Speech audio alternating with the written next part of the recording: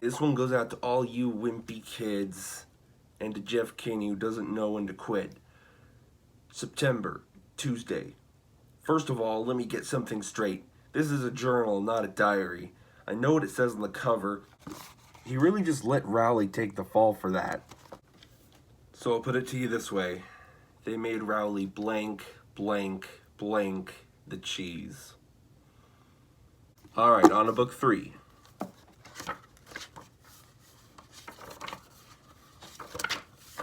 January, New Year's Day. You know how you're supposed to come up with the list of resolutions at the beginning of the year to try and make yourself a better...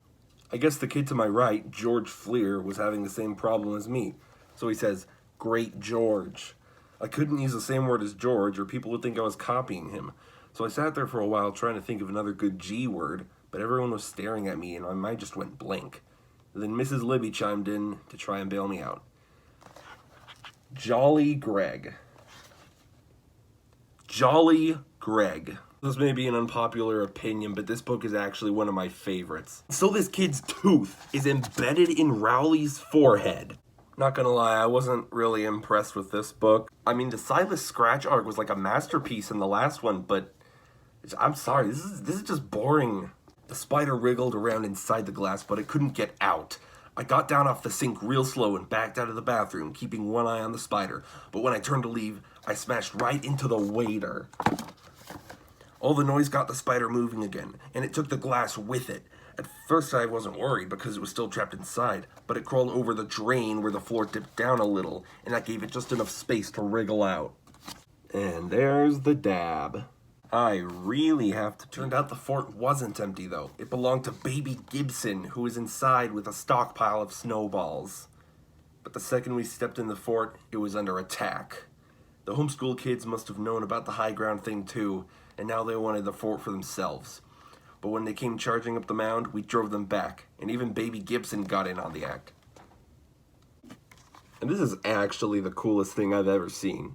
I actually have no trouble believing Manny could build himself a house from scratch.